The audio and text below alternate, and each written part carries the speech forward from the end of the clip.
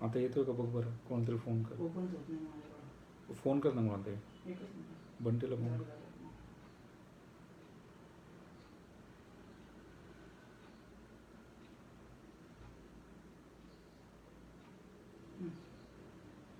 दिसतंय ना.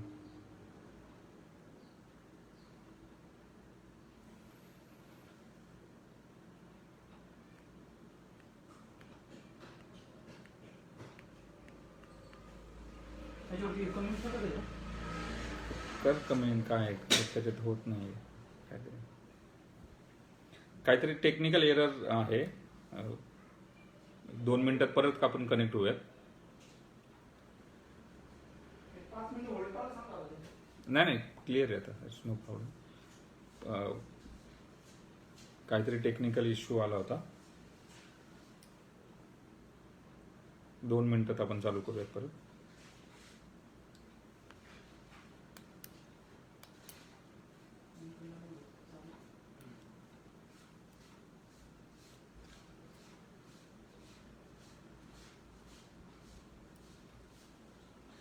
Screen clear आहे आता. आवाज क्लिअर आहे.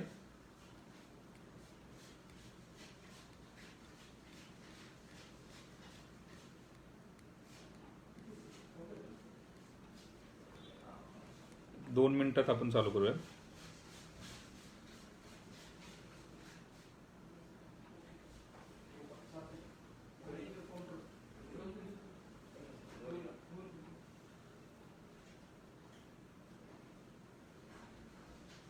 ओके. नमस्कार. काही टेक्निकल इश्यू आला होता मध्ये, त्याच्यामुळे इंटरप्ट झालं लाईव्ह. तर लॉकडाऊन नंतर आपण पहिल्यांदाच भेटतोय एक वेगळ्या विषयावरती, ज्याच्यामुळे मध्ये गोष्टी सगळेजण करतात पण त्याचा रिलेव्हन्स माहीत नाहीये. त्याच्यामुळे हा विषय आपण आज घेतलाय की तो विषय म्हणजे की इन्कम टॅक्स रिटर्न का भरायचं आहे, नक्की त्याचे काय महत्व आहे किंवा त्याचे फायदे काय आहेत, आणि नाही भरलं तर तोटे काय होत आहेत, किंवा तो कसा वाचवला पाहिजे. तर असे असंख्य प्रश्न आपल्या सगळ्यांच्या मनामध्ये असतात.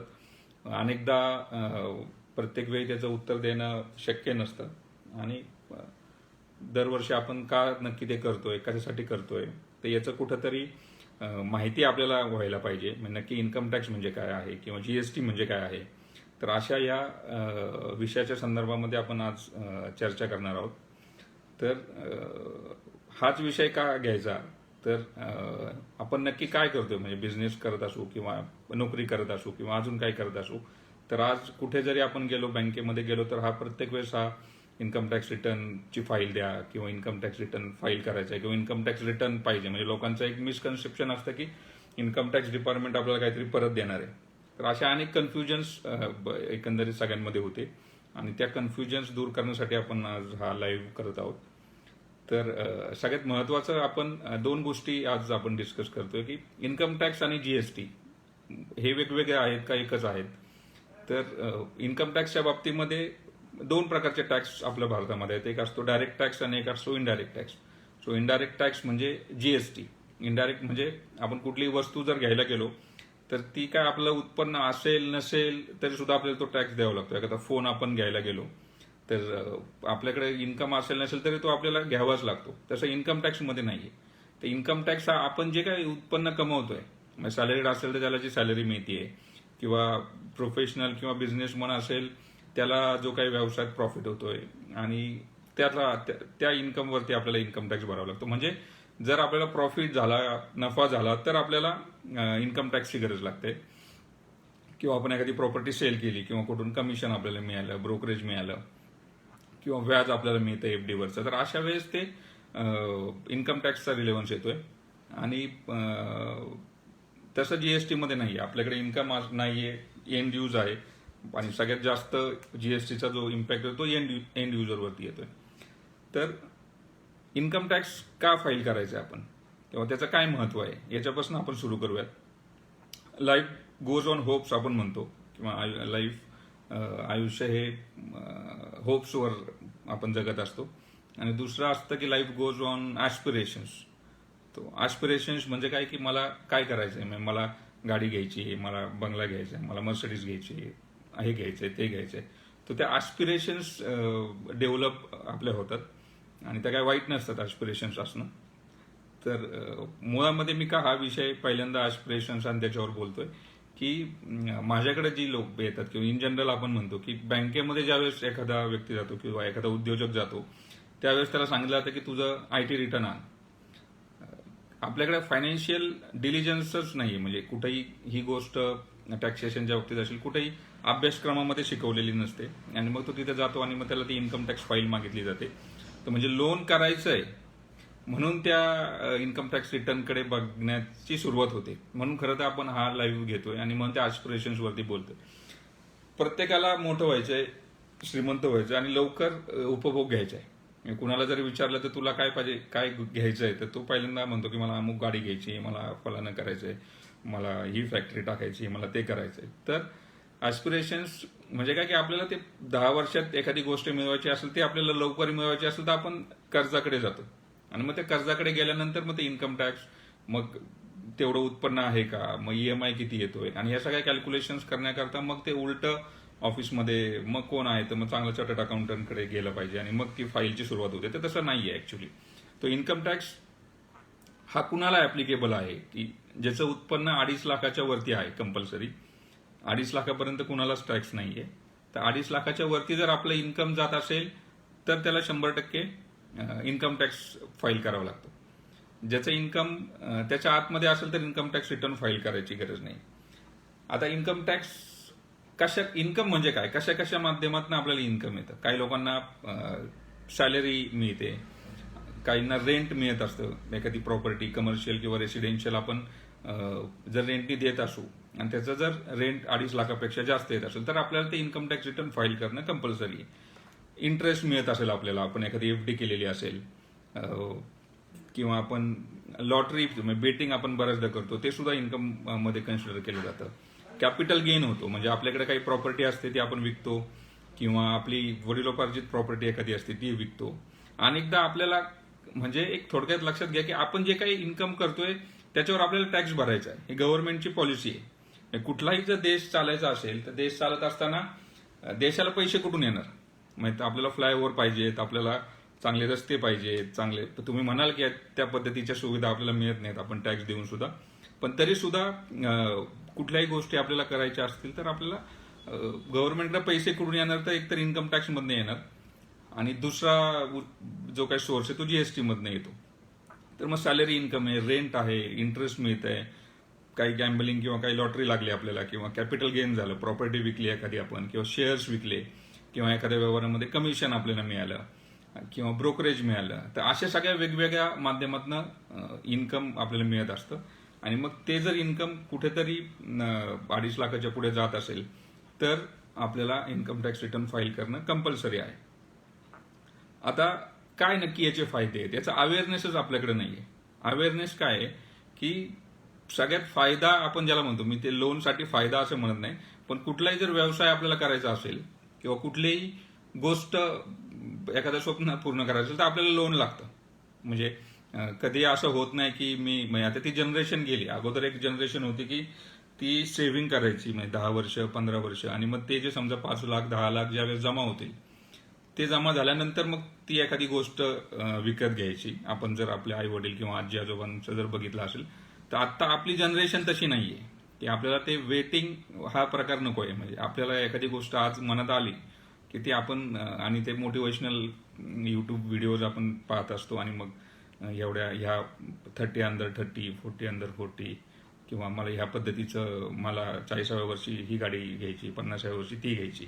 सो त्या ॲस्पिरेशन्स खूप जास्त बिल्टअप होत आहेत आणि खूप फास्ट त्या ॲस्पिरेशन्स बिल्ट झाल्यात सगळ्यांच्या.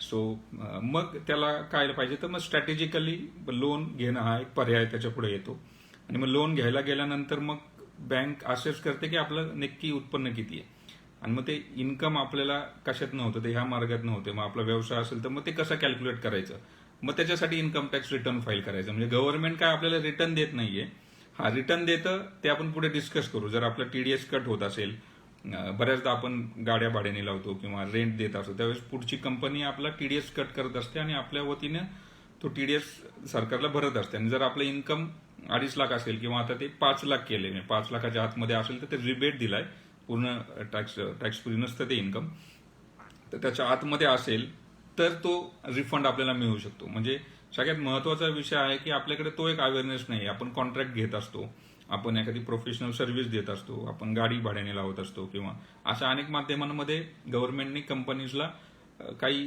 पर्सेंटेज ठरवून दिलेत की त्या पर्सेंटेजला त्याला टीडीएस कट करून तो गव्हर्नमेंटला भरायचा आहे. पण गव्हर्नमेंट भरलेला टीडीएस स्वतःहून काय परत द्यायला येणार नाहीये तुम्हाला की चला आता हा टीडीएस कट झालाय आणि मग तुम्हाला तो द्यायचा आहे. मी अनेक उदाहरणं बघतो गेल्या 10-15 वर्षांमध्ये की तो टीडीएस कट झालेला माहिती नसतो, काय कुठला आहे, कारण की डिलिजन्सच नाही फायनान्शियली. तर अशा वेळेला आपण चांगल्या सीएनना भेटलं पाहिजे की ज्याच्यातनं तुम्ही ते गायडन्स घेऊन तो टीडीएस जर तो तुमचा उत्पन्न करपात्र उत्पन्नापेक्षा कमी असेल तर तो रिफंड. मी बऱ्याच लोकांचे 50,000, 1,00,000, 1,50,000 अशा मोठ्या मोठ्या अमाऊंटमध्ये ते रिफंड आपल्याला क्लेम करता येतात. त्याला काही गोष्टी असतात त्या आपण पुढे समजून घेऊया. सो जर आपण ते इन्कम टॅक्स रिटर्नच फाईल केलं नाही तर मात्र आपल्याला तो टीडीएसचा कुठलाही रिफंड मिळणार नाही. तर तो पुढचा जो फायदा होतो की आपल्याला इन्कम टॅक्स रिटर्न फाईल केल्यामुळे जो काही टीडीएस कट झालाय तो आपण हे करू शकतो. आता गव्हर्नमेंट काय म्हणतंय की तुम्ही जी काही उलाढाल करताय, टर्नओव्हर आपण ज्याला म्हणतो, जो काही सेल वर्षभरामध्ये करताय, तर त्याच्या पूर्ण जर ट्रान्झॅक्शन चेकने किंवा तुमचं फोन पे, युपीआयने जर पेमेंट असेल तर 6% प्रॉफिट गव्हर्नमेंटमध्ये तुम्ही शो करा आणि तुमचं रिटर्न भरून टाका. काही केसमध्ये जर कॅशमध्ये बिझनेस असेल तर 8% साधारण त्याचा टॅक्स येतो आणि मग तुम्ही त्या पद्धतीने हे करा. पण जर आपण त्याच्यापेक्षा कमी जर उत्पन्न होत असेल, आता काही काही ट्रेडिंगचे बिझनेस असे असतात की तिथे 2-3% वरती मार्जिन नसतं, तर अशा केसमध्ये तुम्हाला तुमचे जे काही अकाउंट्स आहेत ते ऑडिट करून घ्यावं लागतं, टॅक्स ऑडिट ज्याला आपण म्हणतो. ते जर तुम्ही वेळेत केलं नाही आणि ते जर रिटर्न भरायचं राहिलं तर गव्हर्नमेंट नंतर तुम्हाला म्हणेल की तुम्ही 8% किंवा 6% प्रॉफिट दाखवा. जिथे तुमचा 20-25 हजार रुपये टॅक्स जाणार होता तो कदाचित पुढे जाऊन 1 लाख, 1.5 लाख, 2 लाख असा पण होऊ शकतो. म्हणजे जर आपण निग्लिजन्स केलं, कारण निग्लिजन्सला कुठलंही हे नाही. म्हणजे आपण बऱ्याचदा आपण म्हणतो की मला कायदा माहिती नव्हता, पण एक मेन गोष्ट लक्षात घ्या, इन्कम टॅक्सच नाहीये, आपण ज्या देशात राहतो त्या देशामधले सगळे कायदे आपल्याला माहिती आहेत असंच गृहीत धरलेलं असतं. Land of law must be followed. म्हणजे असं म्हणून जमत नाही की मला माहिती नव्हतं मग म्हणून मी भरलं नाही, असं नाहीये. तुम्हाला ते माहिती नसेल तर ते माहिती करून घ्यावं लागेल. कारण की उद्या कोणी एखादा म्हणेल की मी चोरी केली आणि मला माहितीच नव्हतं चोरी करणं हा गुन्हा आहे. So that is not the option. So ते माहिती करून घेणं हा एकच ऑप्शन आपल्याकडे. बऱ्याचदा काय होतं की कॅश स्वरूपामध्ये काही पैसे अकाउंटला डिपॉझिट केले जातात, कॅश व्यवसाय असतो. गव्हर्नमेंटचा आता हा असा प्रयत्न आहे की कॅश हा इलिगल कॅश ज्याला आपण म्हणतो, ज्याला ब्लॅक मनी किंवा 2 नंबरचे पैसे म्हणतो, की असं पूर्ण करप करायचंय. काय प्रॅक्टिस चालते बऱ्याचदा की एखाद्याला समजा 50 लाखाची जागा विकली आहे तर 25 लाख तो म्हणतो कॅशमध्ये देतो मी, 25 लाख चेकने देतो आणि मग ते 25 लाख जे येत आहेत त्याचं काय करायचं, मग तो या अकाउंटला भर, त्या अकाउंटला भर. आणि सुरुवातीला काय वाटत नाही कॅश आपण भरल्यानंतर काय नाही, पण गव्हर्नमेंटने खूप स्ट्रिक्ट ऍक्शन घेतल्यात कॅश डिपॉझिटच्या बाबतीमध्ये. बरेच जण आपल्या अज्ञानाचा गैरफायदा घेतात आणि ती कॅश डिपॉझिट केली जाते आणि नंतर मग नोटीस येते की ही कसली कॅश आहे. अनेक जणांना वाटतं की आपण शेतीचं उत्पन्न त्याच्यातनं दाखवू किंवा असं दाखवू, तर असं काही होत नाहीये. सो गव्हर्नमेंट काही एवढं वेडं नाहीये, ते आपल्या पुढचे असतात, लक्षात घ्या. तर आपल्याला वाटतं अजून एक मिथ असं असतं की मी एकच कुठलं तरी अकाउंट देईल सीएनना किंवा कन्सल्टंटला आणि बाकीचं काय कळणार नाही.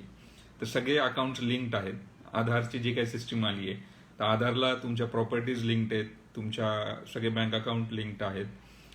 तुम्ही जे खरेदी किंवा विक्री करता आयजीआरला 25 लाखाच्या वरती जी काही सगळी ट्रान्झॅक्शन्स आहेत ती सगळी ट्रान्झॅक्शन्स गव्हर्नमेंटला रिपोर्ट होत आहेत. तुम्ही एखादी फॉरेन टूर करताय मोठी, ती सुद्धा गव्हर्नमेंटला माहिती की तुम्ही कुठं जाताय. तुम्ही एखादी लक्झरियस गाडी घेतली ती सुद्धा गव्हर्नमेंटला माहिती आहे. सगळीकडनं ते लिंक केलंय.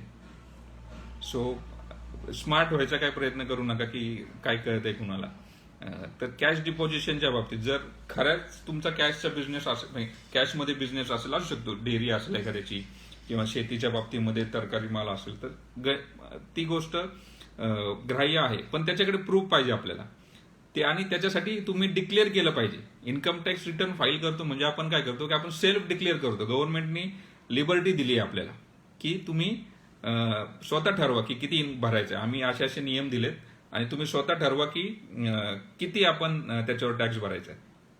आणि मग आम्ही नंतर असेसमेंट करू. आपण जे म्हणतो ना रेट झाली किंवा इन्कम टॅक्स ऑफिसर येऊन गेले वगैरे वगैरे, तर हा नंतरचा पार्ट असतो. 3-4 वर्षांनी गव्हर्नमेंट येतं आणि मग ते असेस करणार की तुम्ही समजा 15 लाख रुपये प्रॉफिट काढलाय, तर गव्हर्नमेंट म्हणते की नाही तुम्ही 25 लाख रुपये प्रॉफिट आहे. याच्यातली वाईट गोष्ट अशी आहे की समजा ह्या वर्षी आपण जो काही प्रॉफिट दाखवतोय तो पुढच्याच वर्षी जर त्यांनी येऊन चेक केला तर ते कदाचित लगेच क्लिअर होऊ शकतं. पण ते 3-4-5 वर्षांनी जर ती नोटीस आली तर आपल्याकडे ते रेकॉर्ड्स आहेत का? कॅश डिपॉझिशनच्या केसमध्ये 100% पेनल्टी. म्हणजे तुम्ही 25 लाख रुपये जर डिपॉझिट केले अकाउंटला तर गव्हर्नमेंट 25 लाख रुपये इन्कमला ऍडिशन करते. Undisclosed sources of income. अजून त्याच्या पुढे जाऊन हाईट काय झाली आहे की गव्हर्नमेंट बिझनेसमॅन पेक्षा स्मार्ट झाले. सगळं ऑनलाईन नेलंय त्यांनी आता. म्हणजे तुमच्याकडे नोटिसेस ऑनलाईन येतात. फेसलेस असेसमेंट नावाची एक गोष्ट त्यांनी केली आहे की तुम्ही तिथे जायचंच नाही, ते ऑनलाईन तुम्हाला नोटीस येते. त्या नोटीसला ऑनलाईन रिप्लाय द्यावा लागतो. मग तुम्हाला आधीसारखं नाही राहिलं पोस्टने नोटीस आली आणि मग तुम्ही त्याच्यात रिप्लाय दिला आणि मग त्या इन्कम टॅक्स ऑफिसला सबमिट केलं. तर गव्हर्नमेंट म्हणते की तुम्हाला मेल केला आम्ही तरी it is sufficient to serve the notice. त्याला जर आपण रिप्लाय दिला नाही, अनेकदा काय होतं की ट्रान्झॅक्शन होतात आणि आधी ते बरं वाटत असतं. 4-5 वर्ष काही येत नाही, निघत नाही, काहीच होत नाही. ज्यावेळेस इन्कम टॅक्स ची लोक घरी येऊन बसतात मग तेव्हा कळतं की अरे खूप विचित्र आहे प्रकार. तर मग त्या नोटिसेस जनरेट झालेल्या असतात. तुम्ही एवढी कॅश डिपॉझिट केली आहे. आता मेसेज पण येतात. मी स्पेसिफिकली नंबर सगळ्यांचे देत असतो आपल्या सगळ्या क्लायंटचे की त्यांना ते कळायला पाहिजे की काय आलंय आपल्याला. तर नोटिसेसचे रिप्लाय ऑनलाईन द्यायचे. तर इन्कम टॅक्स रिटर्नच जर फाईल केलं नाही तर पूर्ण आपलं इन्कम जे आहे ते पूर्ण 100% टॅक्सेबल होऊ शकतं. तर ती काळजी घेणं गरजेचं आहे. तर फायदा काय होतो की हे जे काही व्यवहार आहेत ते आपल्याला कुठेतरी दरवर्षी सॉर्ट आउट करायचे. त्या वर्षी ज्याचं टॅक्स ऑडिट आहे त्याला 30 नोव्हेंबरची डेट आहे. ज्याचं टॅक्स ऑडिट नाहीये त्याचं 31 जुलैची डेट असते. तर त्या डेटच्या आतमध्ये आपण केलं पाहिजे. दुसरं मी जे म्हटलं पहिल्यापासून की बँक लोन मध्ये गेलं तर बँक कशी तुमची असेसमेंट करणार? बँक काय बघणार नाही हा तुम्ही मर्सिडीज घेऊन आलाय आणि किंवा BMW घेऊन आलाय म्हणजे तुम्ही खूप श्रीमंत आहे वगैरे, असलं काय नाहीये. तुमच्याकडे कागद काय बोलतोय तुमचं बँक ट्रान्झॅक्शन काय आहे, तुम्ही किती प्रॉफिट डिस्क्लोज केलाय. समजा एखाद्या गोष्टीचा 2 लाख रुपये ईएमआय असेल किंवा 1 लाख रुपये ईएमआय असेल तर बँक म्हणते की तुमचं इन्कम 20-25 लाख रुपये तर पाहिजे. रिपेमेंट कसं करणार तुम्ही? तर बरे तुमच्याकडे प्रॉपर्टी आहे, बंगला आहे, सगळं आहे, पण जर तुमच्याकडे इन्कमच नसेल ज्यातनं रिपेमेंट होऊ शकतं तर मग त्यात काही सेन्स नाही होत. मग त्याला इन्कम टॅक्स रिटर्न हे खूप इम्पॉर्टंट टूल आहे. दुसरं सगळ्यात महत्वाचा विषय आहे की बँक आपल्याकडे काय पद्धती की ताण लागली की विहीर खोदायची. म्हणजे आपण जेव्हा ताण लागते तेव्हा आपण जातो आणि मग मला लोन पाहिजे, तर तसं होत नाही. बँक 3 वर्षाचे इन्कम टॅक्स रिटर्न मागते. बरं कुठलाही 3 वर्षात इन्कम टॅक्स रिटर्न फाईल होत नाहीत एकदम. तुम्हाला ते दरवर्षी रिटर्न फाईल केले तरच होत आहेत. म्हणून दरवर्षी आपण ती काळजी घेतली पाहिजे की आपलं रिटर्न फाईल झालंय की नाही झालंय. त्या वर्षाचा टॅक्स आपण भरलाय, फाईल केलंय, ती आपण आपल्या ताब्यात घेतली आहे का. तर दरवर्षी तुम्हाला करायचं जेणेकरून तुम्हाला बँकेमध्ये पुढे अडचण निर्माण होणार नाही. तर ती एक सवय लावून घेतली पाहिजे. मग बरेचसे असतात काही हुशार की नाही मग ऑफिसमधनं फोन नाही आला सीएनच्या. अरे सीएनना अनेक कामं आहेत. तुम्हाला फोन करायचा काय तेवढा नाही. तुम्ही कस्टली फोन करताय ठीक आहे, पण ती तुमची जबाबदारी आहे. जीएसटी असेल किंवा इन्कम टॅक्स असेल, तुम्ही येऊन ऑफिसमध्ये त्या कन्सल्टंट किंवा सीएनना तुम्ही ते गोष्टी कळवल्या पाहिजे. कारण नुकसान तुमचं आहे, त्याचं काही नुकसान नाही त्याच्यामध्ये. तर ही एक काळजी घ्या की आपण स्वतःहून अप्रोच व्हायला पाहिजे त्या ऑफिसला. दुसरं महत्वाचं की अनेक जे आता आपण बघतो ईडी आणि या सगळ्या गोष्टी येत आहेत. तर कशामुळे ह्या गोष्टी येत आहेत? आपण जर गव्हर्नमेंटला तुम्हाला मी सांगतो की स्पेसिफिक मेसेज द्यायचा ह्याच्यातनं की तुम्ही श्रीमंत व्हा, पण आधी आमचे पैसे द्या आम्हाला. आधी सगळे टॅक्स द्या आमचे आणि मग तुम्हाला काय करायचे ते करा. प्रॉब्लेम काय होतो की ठीक आहे ना, मला काय म्हणायचंय उद्योजकांच्यासाठी की 5 वर्ष उशिरा श्रीमंत होऊ ना आपण. 10 वर्ष उशिरा होऊ श्रीमंत. आत्ताच बंगला बांधला पाहिजे अशी काही गरज नाही. 10 वर्षांनी बांधा. आत्ताच गाडी 5 वर्षांनी अजून पुढे घ्या, काय प्रॉब्लेम नाही. पण आपल्याला सगळं एकदमच करायचं असतं. आणि टॅक्स भरण्याच्या बाबतीतली मानसिकता आपण बदलली पाहिजे की 10 लाखाच्या वरती गेलं की 30% इन्कम टॅक्स. त्याला गोष्टी आहेत ना, टॅक्स प्लॅनिंग नावाचा प्रकार आहे तो आपण पुढे येतोच आहे. पण कुठंतरी टॅक्स भरायची मानसिकता पण केली पाहिजे. आपण जर पैसे कमवतोय मग आपण आपले लॉजिक द्यायला लागतो. मग कुठं गव्हर्नमेंट चांगले रस्ते देते, मग कुठं हे करते, ते आपला विषय नाही, तो गव्हर्नमेंटचा विषय. जसं ट्रॅफिक सिग्नल नाही पाहिला तर दंड होणारच आहे. तसंच इन्कम टॅक्स नाही भरला तर 1.5% 18% व्याज भरायचंच आहे आपल्याला.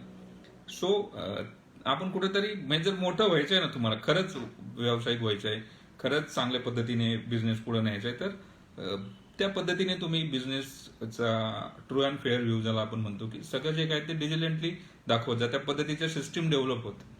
आता आपलं तेच तुमचा वेळ त्यातच जाऊ शकतोय की कसं दोन इकडे पैसे काढायचे, असं काय करू नका. तर टॅक्स भरायची मानसिकता पण आपण केली पाहिजे. त्याचे अनेक वेगळे बेनिफिट पुढे तुम्हाला मिळू शकतात. नाव जीएसटी आणि इन्कम टॅक्स रिटर्न त्यांनी लिंक केलंय. जे काय तुम्ही जीएसटीला सेल दाखवताय तो ऑलरेडी इन्कम टॅक्सच्या 26A मध्ये दिसतोय. तो सुद्धा ऑप्शन कुठे नाहीये की आता इकडे वेगळा टर्नओव्हर दाखवला, इकडे वेगळा. अनेकदा मी ऑब्झर्व केलं की त्याच्यामध्ये पण बराचसा फरक असतो. तर असंही करू नका, ते सुद्धा आपण चेक करा की आपण तिथे जो दाखवतोय ती गोष्ट आपण शो करतोय की नाही. म्हणजे जीएसटी आणि इन्कम टॅक्स सुद्धा आपण प्रॉपरली आपल्याला आहे की नाही हे सुद्धा आपण पाहिलं पाहिजे. तर असे अनेक बेनिफिट आहेत इन्कम टॅक्सचे. सो स्टॅट्युटरी कंप्लायन्सच्या बरोबर इतरही जे मी बेनिफिट सांगितले ते आपल्याला होतात. त्याच्या पुढे जाऊन आपण जर पाहिलं तर काय तोटे आहेत इन्कम टॅक्स रिटर्न नाही फाईल केलं मी, तर काय होऊ शकतं. एक तर फायनान्शियल डिलिजन्स, म्हणजे तुम्ही जर त्या वर्षी रिटर्न फाईल नाही केला याचा अर्थ बँक तुमचं इन्कम नाहीये तुम्हाला हे कन्सिडर करते, बिझनेसच चालू नाहीये असा त्याचा अर्थ बँक घेते. बँकेला कंटिन्युटी लागते कुठलाही लोन देत असताना की याचं उत्पन्न जे आहे ते कंटिन्यू आहे. उत्पन्न कंटिन्यू नसेल तर बँक कदाचित अगोदर ज्या काही तुमच्या फॅसिलिटी चालू आहेत ते सुद्धा बंद करू शकते. अनेकांची सीसी चालू असते, कारण की सीसी कशावर मिळते आपल्याला, जो काय आपला टर्नओव्हर असतो, जो काही सेल वर्षाला आपण करतो त्याच्यावरती तो बँक सीसी देते आपल्याला. ते जर तुम्ही कंटिन्यू नाही ठेवलं तर बँक कदाचित म्हणलं की नाही आता तुमचं इन्कमच नाही तर काय बेसवरती तुम्हाला आम्ही ही फॅसिलिटी देणार आहे. तर सगळ्यात मोठा तोटा बँकिंगच्या अँगलने आहे. आणि लिक्विडिटी जर आपली गेली, अनेक व्यावसायिक बघितलेत की त्यांना अचानक 50 लाख भरायला लावलेत, 25 लाख रुपये भरायला लावलेत, तर ती लिक्विडिटी क्रंच जर आला तर मग आपण त्या पद्धतीने व्यवसाय नाही करू शकत ज्या पद्धतीने केला पाहिजे. दुसरं महत्वाचं की दंड. इन्कम टॅक्स पण काय सोशल ऑर्गनायझेशन नाहीये. तुम्ही जर टॅक्स नाही वेळेत भरला तर 18% इंटरेस्ट भरायला लागतोय. प्लस 5 लाखाच्या आतमध्ये इन्कम असेल तर 1000 रुपये पेनल्टी आहे. 5 लाखाच्या वरती जर इन्कम असेल तुमचं आणि वेळेत नाही केलं तर त्याला स्ट्रेट अवे 10,000 रुपये पेनल्टी आहे.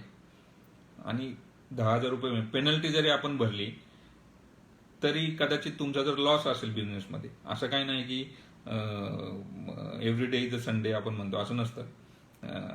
तर लॉसही होतो एखाद्या वर्षी व्यवसायामध्ये किंवा नवीन व्यवसायामध्ये आपण पडलो तर तो लॉस आपण पुढे कॅरी फॉरवर्ड करू शकतो.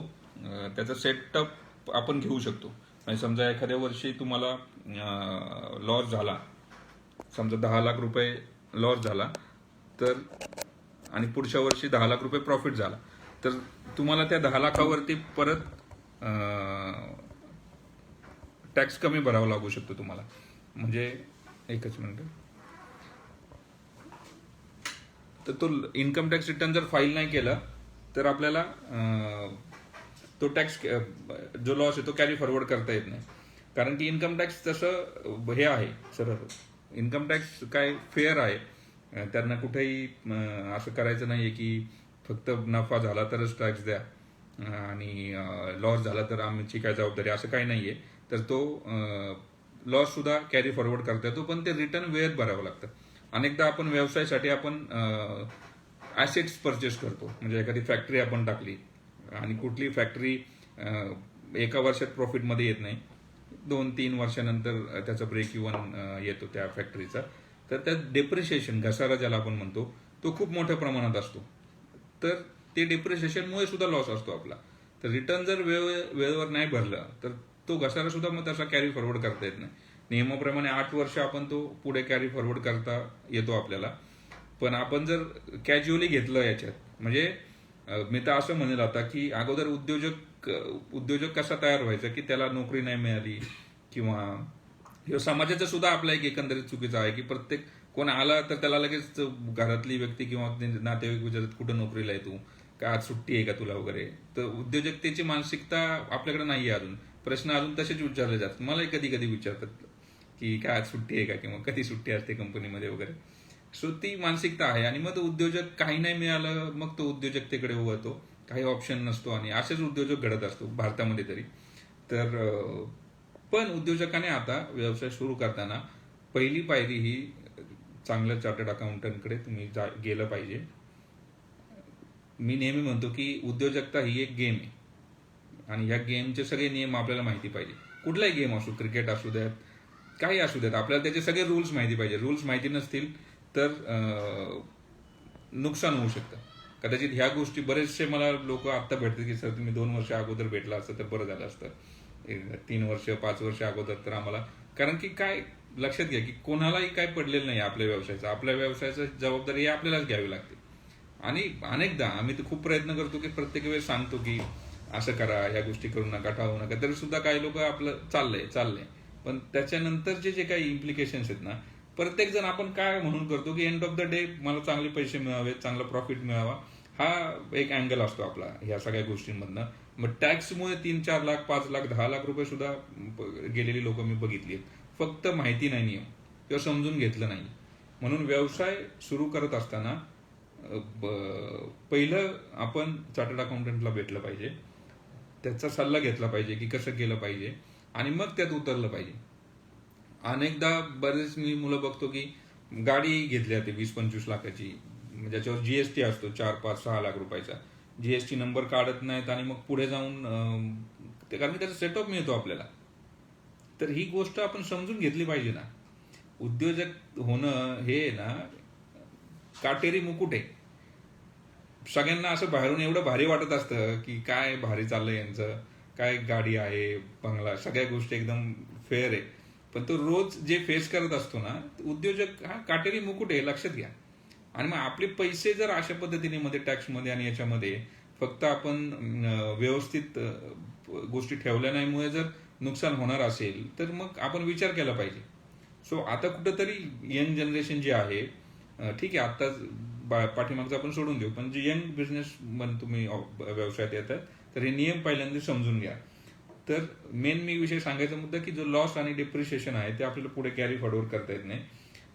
टीडीएसचा रिफंड पण घेणं, डेट निघून गेली, आत्ताची 31 मार्च डेट आहे लास्ट मागच्या वर्षाच्या आयटी रिटर्नची. आपण जर रिटर्न भरलं नाही तर तो टीडीएस रिफंड कसा येणार आपल्याला. त्याच्यामुळे ती ड्यू डेट आपण पाहिली पाहिजे. बरं टीडीएस आपला कट झालाय काय झालाय एकदा आपण चेक तर केलं पाहिजे. बरेच जे लोक म्हणतात की हा भरलाय मी, बरं आता सगळं ऑनलाईन झालंय, भरलाय आणि भरतच नाहीत, ते आपण कुठेतरी चेक केलं पाहिजे की आपण तो टीडीएस भरलाय का नक्की, काय केलंय त्याचं. मग त्याला फोन करायला लागतो की तू ते रिटर्न भर, त्याच्यात आपला पॅन नंबर शो करावा लागतो, तो पॅन नंबर जर टाकला तरच ते आपल्याला मॅप होतं. अशा बेसिक गोष्टी आहेत. आणि सगळ्यात मोठा तोटा ज्याचा टीडीएस कट होतोय ना, ज्याचं लेबर कॉन्ट्रॅक्ट आहे, बऱ्याच लोकांचा मी बघतो की विनाकारण तो टीडीएस मध्ये नुकसान होतंय. म्हणजे कदाचित फीच्या 10 पट त्याचा टीडीएस असतो, पण आपण ते सवय नाही आपल्याला की जाऊ दे सोडून द्या अशा प्रकारच्या गोष्टी. तर टीडीएस रिफंड घ्यायला आपल्याला खूप मोठा प्रॉब्लेम होऊ शकतो आणि 18% व्याज त्याला आपल्याला विनाकारण गव्हर्नमेंटला द्यावं लागेल. गव्हर्नमेंट सुद्धा बिझनेसच करते एक प्रकारचं आणि उद्योजक हा सगळ्या प्रकारचे टॅक्स भरत असतो. फक्त त्यांनी जर ते वेळेत भरले, अनेकदा पीएफ आणि ईएसआयसीच्या बाबतीमध्ये मी जे बघतो तर ते 15 तारखेची जी ड्यू डेट आहे त्या ड्यू डेटलाच आपण त्याचं पेमेंट केलं पाहिजे. ते पेमेंट जर आपण केलं नाही ड्यू डेटला तर ते डिसअलाउड होतं इन्कम टॅक्स. तर एक दिवस जरी डिलेट केलं तरी, तर हे नियम आपण लवकरात लवकर आपण समजून घ्या, तर हे होणारे संभाव्य तोटे जे आहेत ते आपले कमी होऊ शकतात. तर आपण फायदे बघितले, त्याचे तोटे बघितले, महत्व बघितलं. तर आता टॅक्स कसा वाचवायचा याच्यावरती आपण पुढचे 10-15 मिनिटं बोलणार आहोत. त्याच्यानंतर काही प्रश्न कुणाला असतील तर त्याच्यात तुम्ही विचारू शकता, आपण त्याच्यावरती चर्चा करूयात. तर टॅक्स प्लॅनिंग ज्याला आपण म्हणतो, एक असतं टॅक्स चोरणं आणि एक असतं टॅक्स प्लॅनिंग, ज्याला की गव्हर्नमेंटने जे काही नियम दिलेत त्या नियमामध्ये बसून आपण कसा इन्कम टॅक्स वाचू शकतो. आणि एक असतं की टॅक्सच चोरायचं, काहीतरी फेक बिलं घ्यायची किंवा अनेक वेगळ्या प्रॅक्टिसेस करायच्या, तर त्याच्यापासून लांब राहा मुळामध्ये. शॉर्ट टर्म बेनिफिट आपल्याला दिसू शकतो, लॉंग टर्मला त्याचा खूप मोठा फटका आपल्याला बसायची शक्यता आहे. त्याच्यामुळं इन्कम टॅक्स प्लॅनिंगच्या अँगलला आपण गेलं पाहिजे. आता अनेक व्यवसाय करत असताना घरातली मंडळी व्यवसायामध्ये असतात, बायको असते, भाऊ असतो, मुलं असतात, तर आपण त्यांना सॅलरी देऊ शकतो. प्रत्येकजण प्रत्येकाची जबाबदारी व्यवसाय सांभाळत असतं. तर अनेकदा मी बघतो की त्या व्यवसायामध्ये मुलांना काही सॅलरी किंवा कारण त्यांचे सुद्धा इनडायरेक्टली एफर्ट्स त्याच्यामध्ये आहेत, तर आपण त्यांना त्यांच्या कॅपेबिलिटीनुसार सॅलरी देणं सुरू आपण करा, जेणेकरून तिथं टॅक्स आपल्याला वाचू शकतो. अनेक व्यवसाय पार्टनरशिपमध्ये असतात, त्यात सुद्धा आपण काहीतरी सॅलरी दर महिन्याला ठरवून घ्यायला पाहिजे की ती सॅलरी आपण जर घेतली किंवा आपण कंपनीत डायरेक्टर असाल तर डायरेक्टर रेम्युनरेशन आपण घेऊ शकतो. तर व्यावसायिकांसाठी हा खूप एक महत्वाचा अँगल आहे जो मिस आउट होताना मी बघतोय. त्याच्यानंतर गव्हर्नमेंटने काही सेक्शन्स दिलेत, त्याच्या अंडर आपण जर इन्व्हेस्टमेंट केली, म्हणजे आपण आर्थिक नियोजनाच्या वेळेस इन्व्हेस्टमेंटवरती बराच वेळ आपण बोललो, तर गव्हर्नमेंटला सुद्धा वाटतंय की व्यावसायिकांनी किंवा नोकरदारांनी ज्याला उत्पन्न होतंय त्याने इन्व्हेस्टमेंट करावी, तरी सुद्धा आपण करत नाही. सो इन्व्हेस्टमेंट हा अर्थव्यवस्थेचा कणा आहे. इकॉनॉमी जी काय चालते ती इन्व्हेस्टमेंटवरती चालते. तर त्यांनी सेक्शन 80C चा एक सेक्शन आहे ज्याच्यामध्ये 1.5 लाखापर्यंत इन्व्हेस्टमेंट जर आपण केली, त्याच्यामध्ये इन्शुरन्स आहे, PPF आहे, PF आहे, तुमचं म्युच्युअल फंडमध्ये ELSS नावाची स्कीम असते ती आहे. ह्या अशा वेगवेगळ्या याच्यामध्ये जर तुम्ही 1.5 लाखापर्यंत इन्व्हेस्टमेंट केली तर तुमचा जे 20% स्लॅबमध्ये आहे त्यांचा 20% टॅक्स वाचू शकतो, जो 30% स्लॅबमध्ये आहे त्याचा 30% टॅक्स वाचू शकतो. प्लस त्याच्यावरती जे काही रिटर्न्स मिळतात 7, 8, 9, 10% जे काही मिळत असतील ते आपल्याला मिळत आहेत. प्लस आपण एक ज्याला आपण म्हणतो की एक liquid source of income, liquidity आपली क्रिएट व्हायला पाहिजे. म्हणजे आज जर तुम्ही बघितलं व्यवसायामध्ये की किती प्रॉपर्टी याला महत्व नाहीये, तुम्ही किती लिक्विडिटी तुमच्याकडे आहे. आज जे लिक्विडिटी क्रंच मार्केटमध्ये चालू आहे तो त्या लिक्विडिटी आहे, म्हणून आपले कुठेतरी वर्षाला ते पैसे दरवर्षी बाजूला पडले पाहिजेत. आपलं काय नसतं, अनेकांचे पैसे मी बघतो सेव्हिंग अकाउंटला पडले 5-5 लाख रुपये, 4-4, 10-10 लाख रुपये, 2.5% व्याज घेताय तुम्ही त्याच्यावर. तेच तुम्ही इकडे इन्कम टॅक्स साठी जर सेव्हिंग केलं, इन्कम टॅक्स वाचला, प्लस त्याच्यावरती मिळणारं व्याज ते सुद्धा आपल्याला ऍडिशनल इन्कमच आहे. तर कुठेतरी हे जे 1.5 लाखाचं जे लिमिट आहे ते लिमिट तुम्ही सीएनकडे जाऊन समजून घ्या, ऑफिसला या, काय कराल, थोडासा दरवर्षी पैसे बाजूला काढावे लागतील, पण ते कुठेतरी 5 वर्ष, 10 वर्ष, 15-20 वर्षांनी उपयोगाला येणार आहेत ना. आपल्याकडे सेव्हिंग काय मला सांगा तुम्ही. आपली जनरेशन ही अशी आहे की जेवढे कमवायचे तेवढे खर्च करायचे आपल्याला, सगळ्या गोष्टींचा उपभोग घ्यायचा. सो मग शिस्त कधी लागणार आपल्याला. कदाचित आधीच्या लोकांकडे काहीतरी अनेक आधीची लोक जी आहेत ती सॅलरीड होती, त्याच्यामुळे त्यांना ते PF मिळायचं, त्यांना रिटायरमेंट झाला, PF मिळाला, ग्रॅच्युइटी मिळाली वगैरे, आणि मग ते निवांत 55-60. आपल्याकडे 55-60 वर्ष झाल्यावर पैसे पाहिजे की नाही, काहीतरी कॉर्पस आपला व्हायला पाहिजे की नाही पाहिजे. का कंटिन्यू आपण बिझनेस करत राहणार, असं नाही होणार आहे. कुठेतरी थांबायचे, कुठेतरी रिटायरमेंट घ्यायची. इन्व्हेस्टिंग हा एकच पर्याय की ज्यात तुम्ही अर्ली रिटायरमेंट घेऊ शकता. सो ETCचं जे डिडक्शन आहे त्याच्यात तुम्ही 1.5 लाखापर्यंत जर इन्व्हेस्टमेंट केली तर त्याच्यावर आपला टॅक्स वाचू शकतो. त्याच्यानंतर त्यांनी एक सेक्शन 80CCD नावाचं एक सेक्शन 2 वर्षापासून हे केलं की ज्याच्यात NPS म्हणजे नॅशनल पेन्शन स्कीम अशी एक गव्हर्नमेंटची स्कीम आहे की ज्याच्यामध्ये 50,000 रुपयापर्यंत आपण दरवर्षी जर इन्व्हेस्ट केलं तर त्याच्यावरती सुद्धा तुमच्या स्लॅबनुसार टॅक्स वाचू शकतो. तर NPSचा विषय फक्त होतो की तो तुम्ही 50-55 नंतर खूप वर्ष वेटिंग आहे त्याच्यासाठी.